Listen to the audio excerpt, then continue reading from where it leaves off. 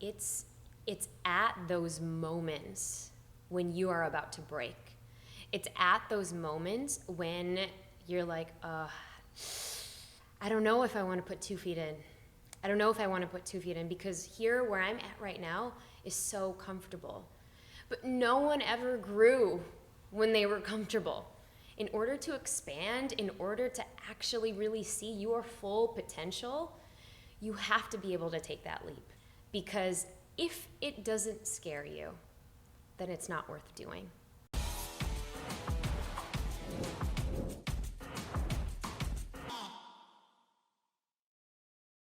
Hi there, this is Ajit Navlaka, your host at the Business of Coaching podcast. And my guest today is Neeta Bhushan Navlaka. Neeta is not only my life partner, she's my business partner. She's also been somebody who was transformative in my life when I felt nothing's gonna work out, when I was stopping myself to live my own purpose. And that is why it is so special for me that she said yes to come on today's episode to show you how you can also push through in life and how you can create a life for yourself that is absolutely extraordinary. Neeta has written 2 books already, and her 3rd book is coming out very, very soon. Her first book, Emotional Grid, explores emotional intelligence, emotional resilience, and talks about studies that she did on leaders to really understand what makes successful people successful. Her 2nd book, which you may be aware of, was the Book of Coaching that we co-authored together. That book has gone on to become the book for coaches out in the world to use to be able to create a really powerful, impactful coaching practice. Neeta is a world-class author, speaker, coach, consultant, and an entrepreneur. You'll get to learn more about her story and the transformation she can lead in your life on this episode. Welcome on the pod, Neeta. I'm excited to be here. I'm excited to have you here. This will be a fun, interesting conversation. I think so. Yeah, it's going to be curious and exciting because, of course, we've never really had a chance to have you. I mean, this is the first time we have you, who's also a life partner and a business partner, and of course, a really, really successful coach and a consultant that is on the show. So let's see how this plays out. It's going to be interesting. It's going to be fun. We'll see where it goes. Let's do it. Let's start with something that I know is tremendously important for somebody who's just starting out. There was a few years ago that you were just starting out. This was the first time that you were doing something that was presenting to the outside world, right? Before that, you were a dentist. You were taking care of patients, and you had your clients, and you were running business, but not the same type of business that you do right now. So let's talk a little bit of that time. What we know for sure, especially people in the business of coaching and consulting, because it's so public, it becomes a little challenging to be able to deal with everything that's thrown at us. Yeah. Tell us a little bit about your journey and your experience of you getting into this business, and how did you feel and how did you navigate those feelings? First of all, I'm quite excited. So I have to say that. Honestly, stumbling upon, I never knew that there was going to be this clean break. It's going to be this linear fashion going from dentistry to what we do now. And it wasn't the case at all. I mean, I don't even think that I really even called myself a coach up until a few years ago, even though, yes, as a healthcare professional, as a healthcare provider, as a doctor, as a dentist, we are coaching as a skill set. And so going back, through that time, I think it started with one breadcrumb. I was going through a really personal challenge in my life, that being, my divorce, and that really kind of spiraled into my own internal journey of really putting what I wanted first. And, going through some of the fears of, okay, I know I want more. I know my soul wants more. I know me as a leader in this field wants to have more impact than just the walls of my practice, the walls of, my location in downtown Lisle in Illinois. I knew I wanted more. I just didn't know what that looked like. And I know that for a lot of people, that are watching, that are kind of in a particular field, maybe they have a brick and mortar and they want to do something more. And of course, even in our own businesses, we come across that a lot. That's what I didn't know how to access.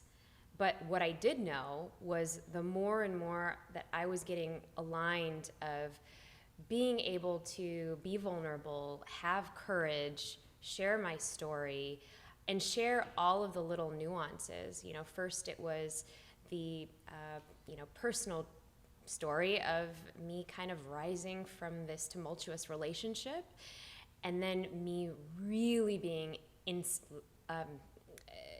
completely curious and had this insatiable thirst for learning all about leadership and then emotional health. And so it was those tiny little morsels and every single step along the way that led me to create different ventures. It led me to create my nonprofit. It led me to create my first mastermind, even though I didn't really call it. I didn't even know what it was called back then, but for female entrepreneurs.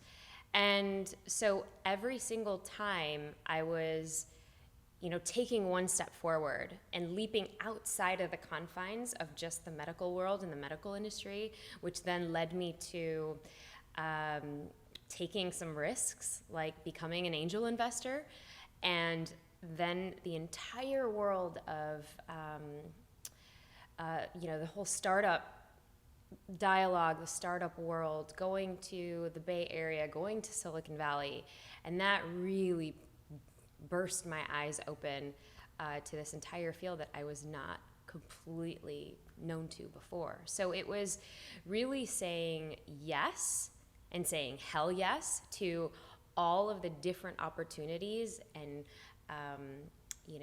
conferences and workshops and seminars that was completely different than what I was actually doing to scale my learning and really scale the knowledge and that steep learning curve, to recognize that business is business, whether you're in a brick and mortar or whether you're actually going online.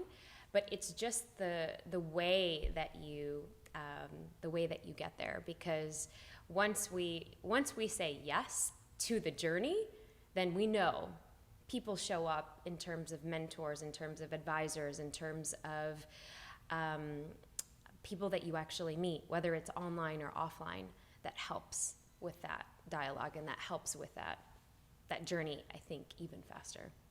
There are two things that I want to touch upon, which was brilliant that you said in passing. Firstly, you said somewhere in passing that you said I was transitioning from being a dentist to being this author and then the Silicon Valley, which shows me the amount of abilities that you have around taking risk and uncertainty of saying, oh, I'm going to just switch over to that, right? So firstly, I want to touch on that. I want to touch on what drives you, and if it'll be amazing if you could relate it back to somebody who's watching this right now and is needing that ability or intent to be able to say, okay, I can take this risk. If this gal can, I can too. Maybe they are in the medical profession, or they're actually a coach. They're just wanting to get started and they've been constantly stopping themselves. What was the mindset? What's the place that you operated from when you were going through all those different risks, if I may call them that? They were probably calculated, but all those risks or opportunities that you saw and took action towards. What was the mindset that you really approached the whole thing from?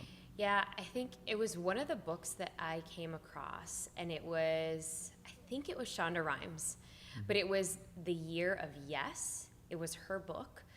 And, I had a voracious appetite for reading at that time. And I knew if I needed to be like some of the other pioneers that I looked up to, people that were, and at the time, these were legends like Elon Musk, and when I got introduced to the whole Silicon Valley world, it was all of the guys from Google and PayPal, and so being able to say yes without even thinking, without even rationalizing it in my mind that, oh, I have to actually get on a flight, go to the West Coast, and actually go to a conference, which I have no idea about, say yes to South by Southwest, which is where a ton of different, people come together from media, from entertainment, from tech, but mostly tech, and to be around people who you want to learn more about. Because mind you, I was in this lane, and this lane was only doctors and professionals and very hardcore science that I didn't know where else to get information from, but just books, and having that commitment to growing outside your comfort level. So whatever it is, and for those of you watching and hearing and listening to this podcast, you know exactly if you have that insatiable growth and you have that year or 6 months or 2 months or 1 month, 30 days of you just being able to say yes, no matter what the consequences are. And it could be just big risk taking, but you're committing yourself to those 3 months of, yes, I'm gonna do things that are completely out of the ordinary, right? Mm-hmm. That is the key to growth. Because if it scares you, that means on the other side, there's something great you're going to learn. And if you fail miserably, mm-hmm. that's great. You actually built more street cred, or you built more grit, you built more resilience just because you tried, right? So I think for me, being able to put myself in these different situations, whether it was nonprofit conferences because I wanted to learn, and that led me to Stanford, which led me to then being on the other side of the coin where it was zero profits, but just a lot of impact. And then you actually have people who are on the other side of Stanford who are drawing up business plans and really starting to move the needle and disrupting. And that was a word that I heard so much, disruption. Like, what does that mean? But being able to actually put yourself and immerse yourself in how you want to swim with what I call, the big guys or the legends of whatever it is that you're working towards. I think that was that commitment for me. And being unapologetic with no matter what happens. Like I said, if it was 30 days, for me it was a year, but it was if it's 30 days, if it's 3 months, 6 months, that you're actually just going to put yourself out there in those uncomfortable situations. It's amazing, and I feel like you tapped into three things that you mentioned as you were discussing, and I want to kind of dive a little bit deeper on how you got yourself. And if that is if I'm capturing this right, is firstly you said, well, it was about saying, yes, there's going to be this fear or opportunity, and beyond that, there's growth, right? That's a powerful, powerful mindset that you touched on.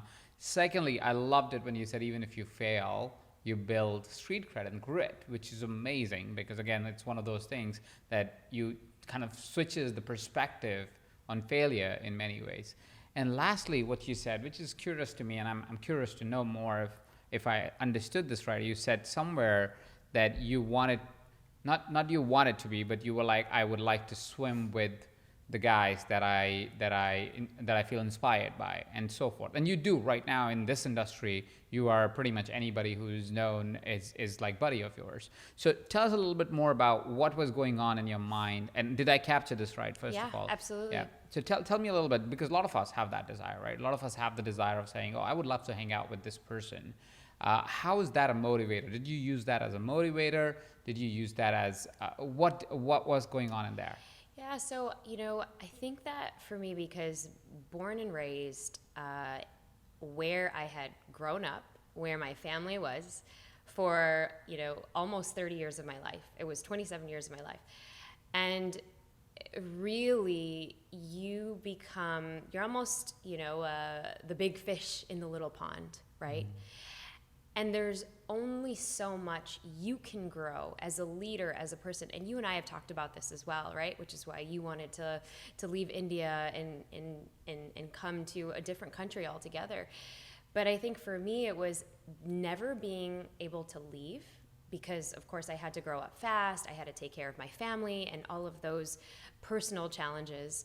But I think that for me, I was totally ready. I was already serving my capacity. Like I was already the top of the ladder where I was. And I was trying to do all of these different things, and fine, I ventured out in different modalities only because, you know, at that time in my life, I was at a very different moment in my life. I was in a full transitioning from this relationship, but also mourning the losses of my family members that I think I kind of, you know, shoved under a rug for almost a decade, probably even more than a decade. So this was really for me, this full self-discovery of exactly, well, what is it that Neeta wants? Who is Neeta exactly as a person, as a leader, as an individual, as a human?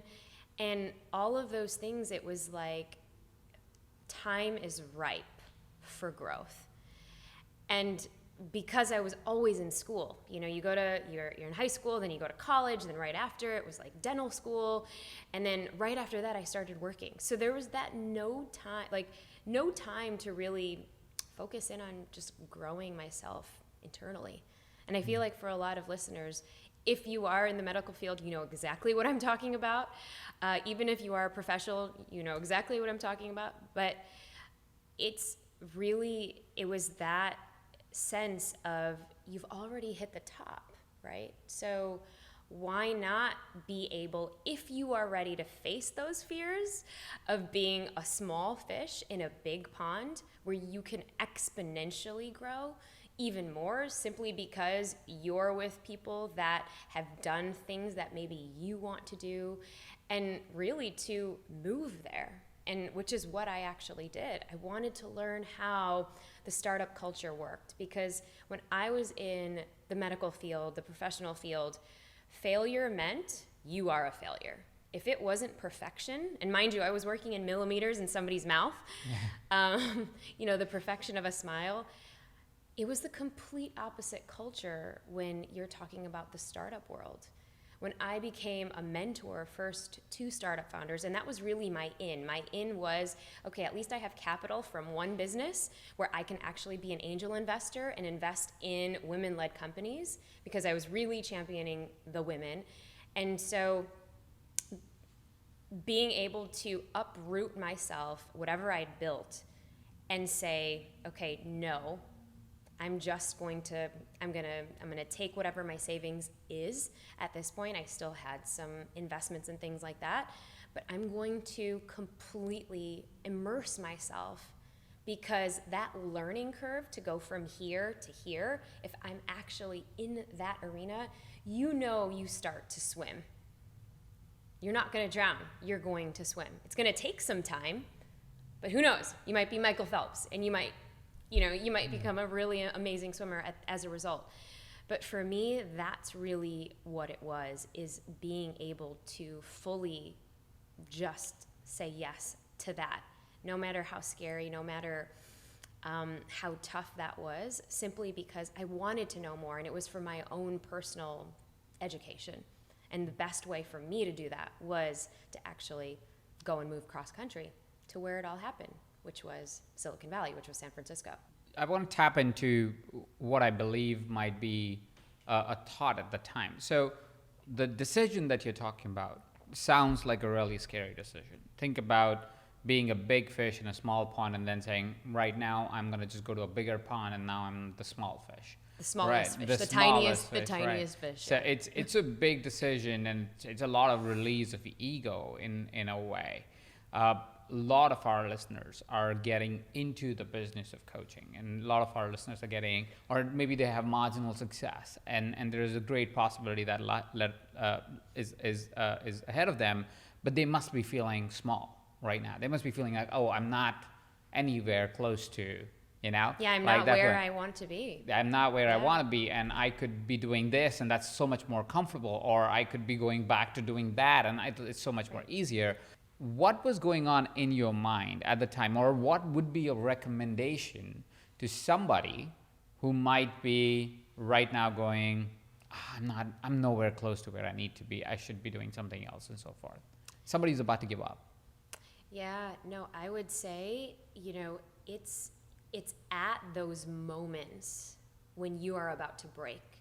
It's at those moments when you're like, I don't know if I want to put 2 feet in. I don't know if I want to put 2 feet in, because here where I'm at right now is so comfortable. But no one ever grew when they were comfortable. In order to expand, in order to actually really see your full potential, you have to be able to take that leap. And yes, that leap is sometimes scary. Yes, that leap may require you to just say, you know what?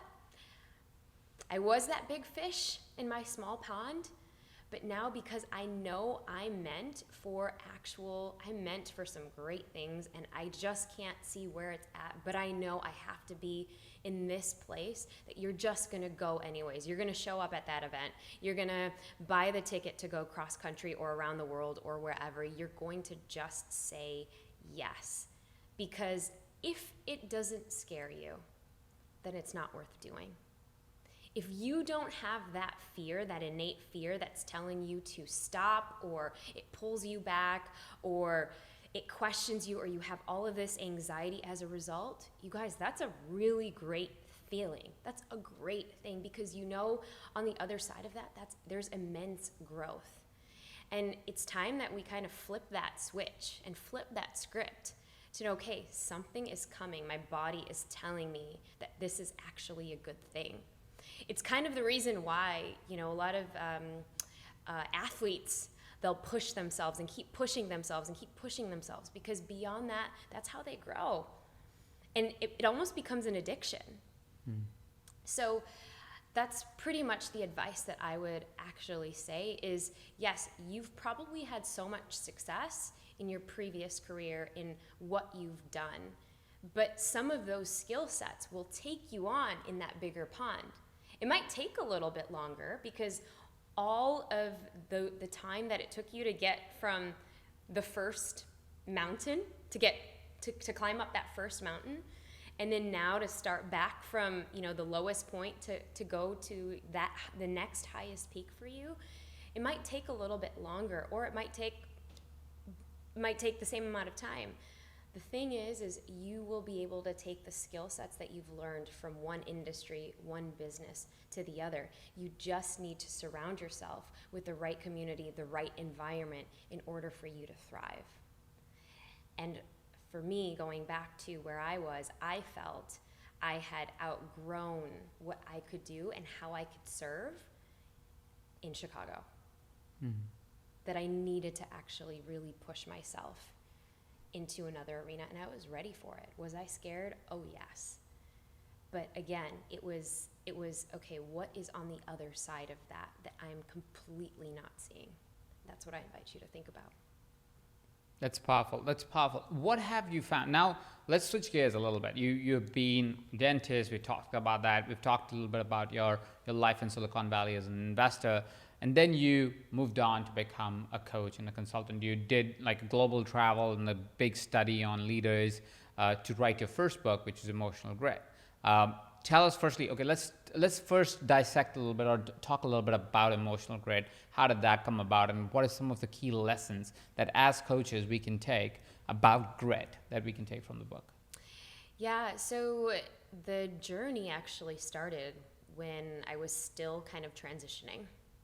I was setting myself up to exit from the profession of dentistry, but I was so curious in my own journey of becoming a better leader. I wanted to become a better leader, and I, being able to not just immerse myself in different conferences and different growth and beginning to travel, my mission was, we're not taught as medical professionals how to be empathetic, how to have these characteristics as leaders. And for me, my goal was, how can I actually automate my first business so that I can do other things? And that was the goal. So the output was, how can I learn from other leaders? Well, the best way to do it is to interview them.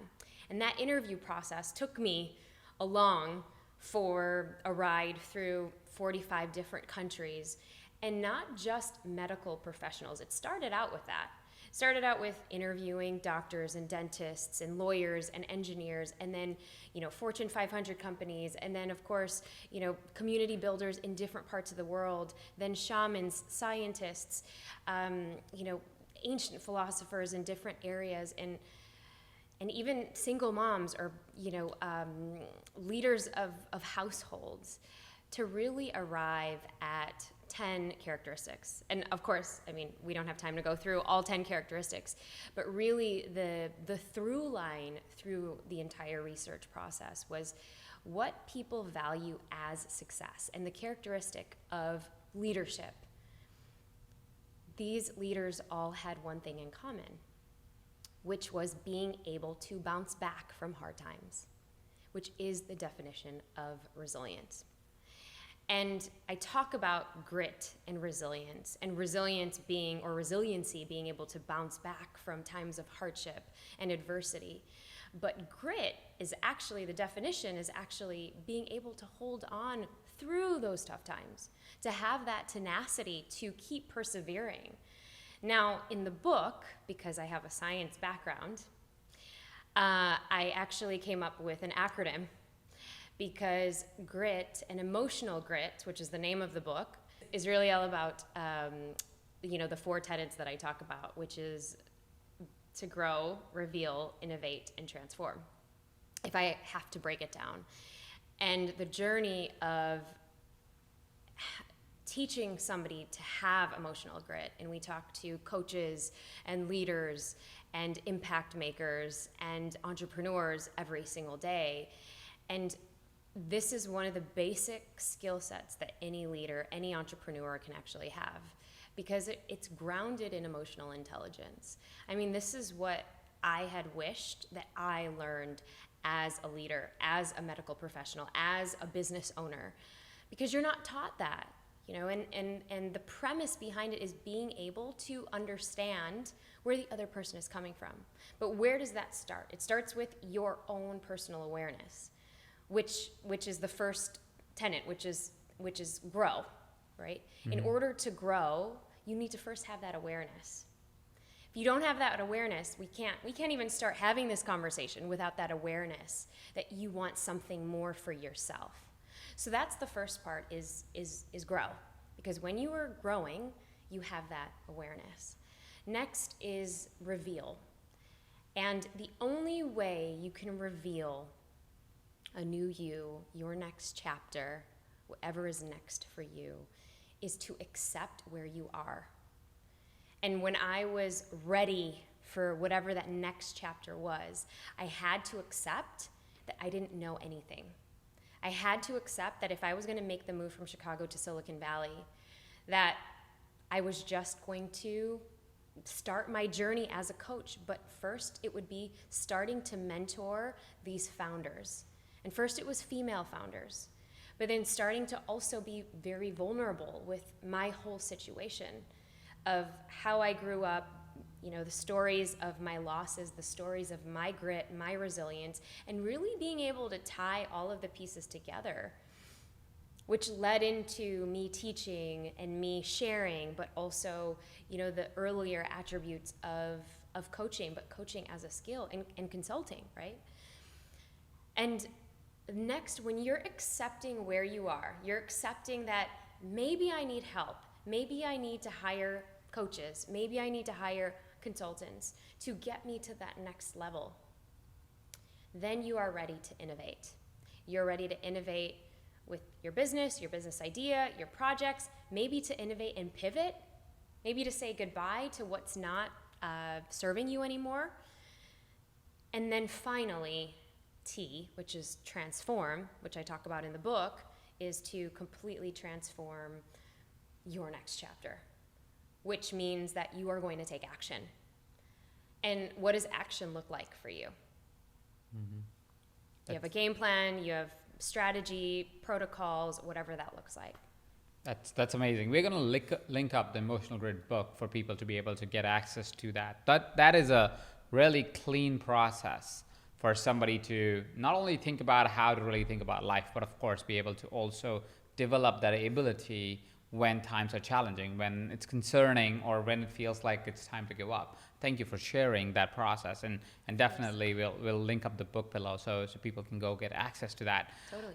My next curiosity is, you've had such a breadth of life. We will only be able to cover a little bit of that, but I want to lean into your discovery of seeing how you wanted to help people, because that was something that was inbuilt in you, but you also slowly have leaned into it tremendously now, using the power of your social media, your talks and speeches that you give, videos that you create, content that you share, and of course the companies that you help be able to really fully embody, and NGOs also now, which you're helping to really be able to discover their message and really bring out in the world in different formats, like including books and so forth. So there's a breadth of things that you do.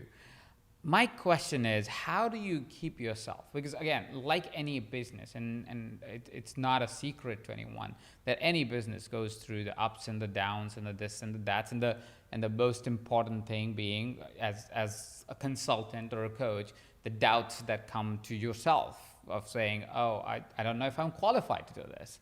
Am I meant to work with these great people? Because that's also one thing, right? You get to work with some amazing people that are out there taking their message out in the world. They're friends of yours, they're clients of yours. How do you process that? And is there something that is important for us to know as coaches and consultants to kind of put ourselves back into the frame of mind of service while we are feeling challenged about our own self-worth? Yeah, no, it's so great, and I'm gonna share a story that'll lead me into why I am so passionate and so just energized at the work that I get to do, that we get to do every single day. I remember one of my earliest jobs was actually not working at the mall, although I've done mall jobs, but it was actually working at a dental office. And I remember I was 15 years old, and I was so excited that I got this job because my mom she was dying. She had breast cancer. And it was year 4 into her breast cancer journey. And I remember just being so torn because I was a freshman in high school, and I was transferring, and I started out at a private high school and then was going to a public high school because our family was just running out of funds. And so I was so excited that I was able to get this job just on a Saturday working for this dentist, and his name was Dr. Horrible. Mm-hmm. Literally, it's the real story. Dr. Horrible. Yeah, it's spelled Horbal. Dr. Horrible, if you're God, listening, yeah. You aren't horrible, and you still aren't horrible. And so he kind of called himself Dr. Horrible, but that's besides the point. But I remember it was during those times where I was getting trained to answer the phone. And now, mind you, in a dental office, and I'm 15 years old, okay? Dental office, Saturday mornings, nobody wants to come in for a root canal, okay? And for those of you who've gotten root canals done or teeth pulled out on a Saturday, nobody wants to come in. So I knew that, and I would hear it on the phone because patients would call and they would cancel, and they would completely cancel, and then this poor doctor who came in for a Saturday only had 4 patients showing up. So he was training me in that process on how to have them keep their appointments, and we had all of these benchmarks, and I'm not going to get into it. But that's when I actually realized that a lot of the stuff that I was going through as a teenager, and seeing my mom go through the pain of what she was going through at that time, but knowing that I couldn't full and well process that, what I could do was channel it in a very different way. And so I was making these patients happy. I was serving them with so much love and humor and being able to just shine my light with them. I didn't know really what I was doing, and really obviously I couldn't articulate it at that point, but there was something that kept them from not canceling their appointments. And that was the first time I actually recognized that I can make a difference in somebody else's life that was going through some sort of pain of not wanting to come into this office. Even though I was going through my own internal dialogue of stuff, and real stuff, like losing my mother, I was still able to transmute that and channel that into helping these people out. Having me be, you know, super silly young girl, but I've always carried that, and that's been, you know, kind of how I show up and who I am really at the core, this playful, fun person to be around. And it's really translated in the work that we do, even, you know, us as a family, but that's where being able to understand what your values and how you show up every single day, where those values come from. I mean, we wear it on our wrist, right? But to be able to serve love. And, you know, now, of course, it's become a combined value, but being able to really think about where that actually stemmed from way early on. And for me, it came super early on, and now to be able to connect those dots, but to find values that you are so unapologetically aligned with, that's number one. And two, that you know it's in your power to serve. For us, and of course I'm speaking on your behalf, but for me, it's being able to serve love every single day. How do we do that? That's become our MO. That's become the mission. That's become the vision. And that's why it's, even through some of those darker days where I just don't feel motivated, or I'm so tired because now we have a baby, you know, it's okay, how am I serving love? How am I showing up? How am I showing up to people on the social media channels? Even if I'm not, you know, the best, but how can I still add value every day? And for those of you listening, figure out what that value is for you. How are you showing up? Because that's really going to get you through when you're not feeling inspired, when you're going through times of doubt, when things are just not going right, because guess what? It's the stage of business. It's the challenge of life, and it's going to happen. But how can we minimize that more? Simply because we're so clear with how we want to serve and show up every day. It's beautiful. That's beautiful. Identify your values and then use them as the motivation or the beacon that you chase in the times when it feels impossible or feels like it's not going to come through. I'm going to switch gears again one more time. I want to talk a little bit about the consulting work that you do and the event that you have coming up. So just a little bit about what are some of the challenges that you've found, coaches especially, identify and run into, because our audience is coaches primarily. So what are some of the challenges, the patterns that you might have seen that they always tend to happen and always tend to be there, that you have identified, and what would you recommend to coaches that identify with those patterns that you may mention?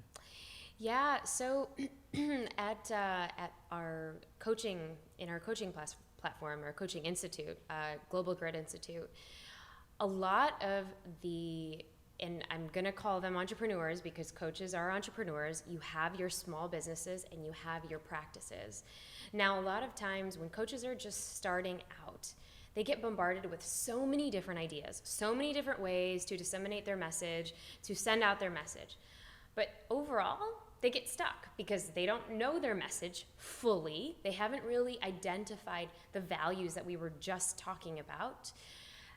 They get bombarded because there's so much out there, and they want to do all of it all at one time. And you and I both know that's just not possible. We have to really stick to something, pick something, and see that out.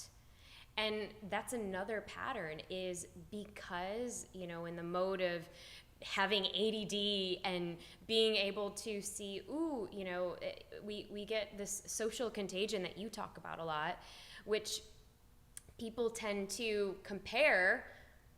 What's that person doing? Oh, let me do that. Let me do that. Let me try that. So I'm going to try a podcast and a course and one-on-one and, you know, and a book, all of this at one time.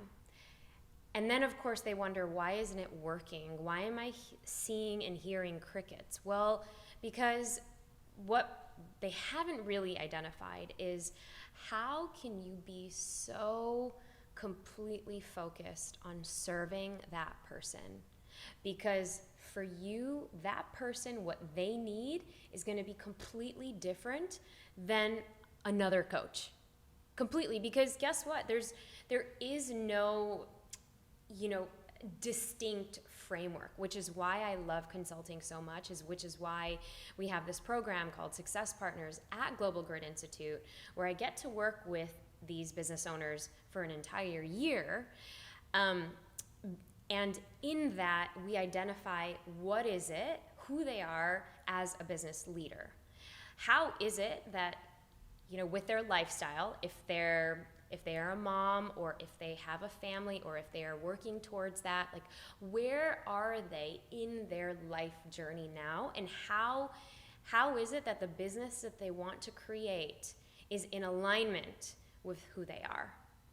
Because if they want to have some sort of balance or some sort of quality of life, then maybe we need to scale back on what some of those things that they want to achieve and want to build are.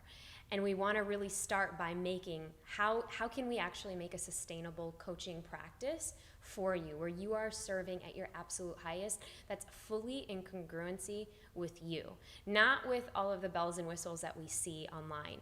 Some of it is great just to get ideas, but again, to see if it actually works for you as that business person, and not only that, but as that coach, and as that specific coach solving a specific issue or problem, it's only going to be individualized for you. And that's kind of what we conquer and we slay on a daily basis. That's amazing. So you think the biggest challenge that happens with coaches today is the noise that they hear, the drive that they get because of looking at other people. And I think I completely concur to that. I feel that's what happens especially when you're starting out, because you feel like you're doing everything wrong, right? You feel like everything is wrong, and so you look for the next golden bullet, or whatever, magic bullet, or however we want to call it, and then we get attracted to that, and that doesn't work for us, and then we get attracted to the next thing, and that puts us into this endless cycle of just trying things instead of actually getting successful. And I know you're putting together, sorry, go on. No, and it's true, and I wanted to just add on to your point, and that's why we have this event that's coming up in October. It's called Live Big Live, where we are focusing in on bringing strategies for 3 full days, simply because people don't stick with things long enough. The coaches that I've worked with, they want to dabble and dabble and dabble and dabble, but they don't want to fully go into one rabbit hole and stick with it. Because I guarantee you, if you do, you will actually be able to see, and if not learn, so much more of how you can better serve your audience and better give them what they need, just by really honing in and hunkering down and anchoring down on how you want to best serve them.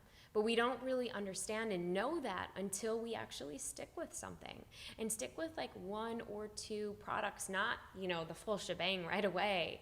And that's really what my mission is, and how to really bring that all together, which is why we're doing this 3-day event. We started it out in London, and now we're actually bringing it back to Los Angeles for 3 days in October 11th through the 13th, where not only are we going to be talking about and really taking coaches and authors and speakers and consultants, but people who want to actually, they have a bigger message to share, but really be able to give them the tools so that after the 3 days, they know exactly how to implement it in how they want to show up for the people that they want to serve. And it's really how to live big in not only your business, but with your message and in your life. And I'm super excited about it. This is an event that we do together, and we're super excited to put this together. And this is an invitation for you.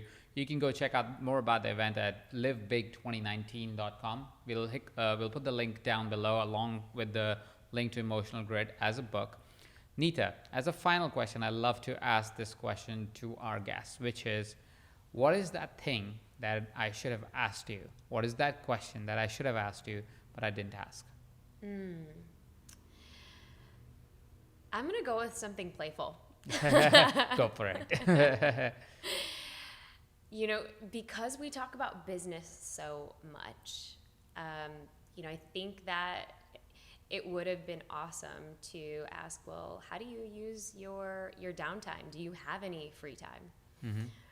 Well, that's the question then. Do you want me to That is answer? the question. Okay. Yeah. How do you use your downtime? Do you have any? Yeah, exactly.